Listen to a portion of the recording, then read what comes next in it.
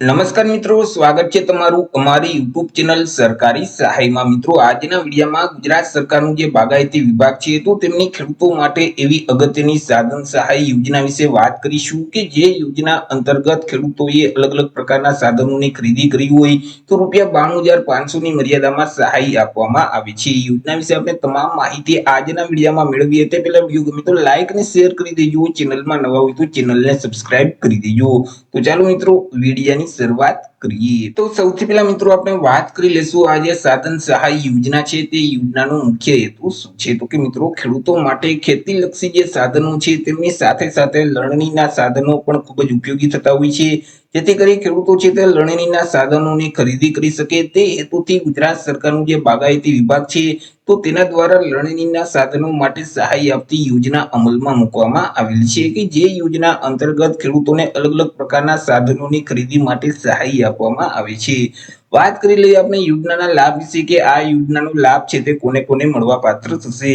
તો કે મિત્રો, યોજનાનો લાભ છે તે ગુજરાત રાજ્યના એવા ખેડૂત ખાતેદારોને મળવા પાત્ર થશે કે જે ખેડૂતો ઓઇલ પામનું વાવેતર કરે છે તે તમામ ખેડૂત ખાતેદારને આ યોજનાનો લાભ છે તે આપવામાં આવશે। પછી તે કોઈ પણ વર્ગના ખેડૂતો હોય, એસસી, એસટી, ઓબીસી, ઈડબ્લ્યુએસ કે જનરલ, પરંતુ તે ખેડૂત ઓઇલ પામનું વાવેતર કરતા હશે તો તે ખેડૂત યોજનાનો લાભ છે તે મેળવી શકશે। જો સંયુક્ત ખાતેદાર હોય તો તેવા કિસ્સામાં કોઈ પણ એક જ ખેડૂતને આ યોજનાનો લાભ આપવામાં આવશે અને તે ખેડૂતોએ અન્ય ખાતેદારોની સંમતિ છે તે આપવાની રહેશે। કોઈ ખેડૂત પાસે એક કરતા વધારે ખાતા હશે તો તેવા સંજોગોમાં કોઈ પણ એક જ ખાતા માટે સહાય છે તે આપવામાં આવશે।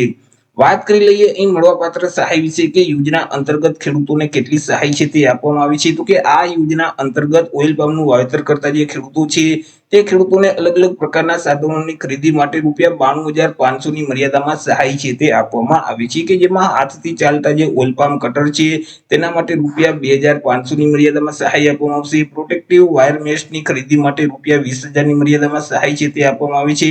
મોટરાઇઝ્ડ ચીજલની ખરીદી માટે 15,000 ની મર્યાદામાં સહાય આપવામાં આવે છે। એલ્યુમિનિયમ પોર્ટેબલ લેડર અથવા તો જે પોલ છે તેના માટે 5,000 ની સહાય, જ્યારે ચાપ કટરની ખરીદી માટે ₹50,000 ની મર્યાદામાં સહાય આપવામાં આવી છે।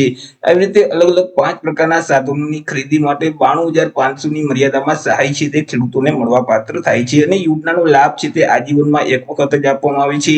એક વખત યોજનાનો લાભ મેળવી લીધા પછી ફરી ક્યારેય આ યોજનાનો લાભ મેળવી શકાતો નથી। વાત કરીએ અરજી ફોર્મ વિશે કે યોજનાનો લાભ મેળવવો હોય તો અરજી કઈ જગ્યાએ કરવાની રહેશે। તો કે આ યોજનાનો લાભ મેળવવા માટે ખેડૂતોએ ઓનલાઈન અરજી ફોર્મ છે તે ભરવાનું રહેશે। ઓનલાઈન અરજી ફોર્મ જે આઈ ખેડૂતનું પોર્ટલ છે એટલે કે iKhedoot.gujarat.gov.in નામની જે વેબસાઇટ છે તે વેબસાઇટ ઉપર જઈ ઓનલાઈન અરજી કરી દેવાની રહેશે।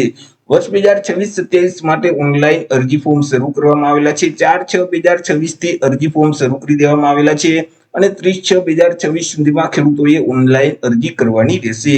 ડોક્યુમેન્ટ વિશે વાત કરીએ કે જ્યારે તમને ડોક્યુમેન્ટ અપલોડ કરવાનું કહેવામાં આવે તો તમારે કયા કયા ડોક્યુમેન્ટ અપલોડ કરવાના રહેશે। તો તમે જે ઓનલાઈન અરજી ફોર્મ ભરેલ છે તેની પ્રિન્ટ કાઢી તેમાં તમારે સહી કરી અને તેની નકલ તમારે અપલોડ કરવાની રહેશે। બેંક પાસબુકના પ્રથમ પાનાની નકલ અથવા તો રદ કરેલ ચેક અપલોડ કરવાનો રહેશે। આધાર કાર્ડની નકલ અપલોડ કરવાની રહેશે। ગામ નોંધના નંબર 7/12/8 ના ઉતારાની નકલ તમારે અપલોડ કરવાની રહેશે। જો એસસી કે એસટી કેટેગરીમાં આવતા હોય તો જાતિના દાખલાની નકલ અપલોડ કરવાની રહેશે।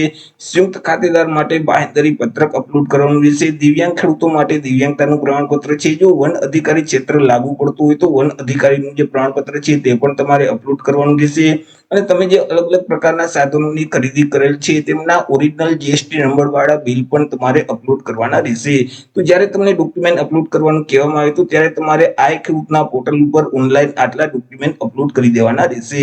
તો આવી રીતે મિત્રો બાગાયત વિભાગની ખેડૂતો માટે અગત્યની યોજના કહી શકાય સાધન સહાય યોજના કે જે યોજના અંતર્ગત ખેડૂતોએ લણણીના સાધનોની ખરીદી કરી હોય તો 92,500 ની મર્યાદામાં સહાય આપવામાં આવે છે।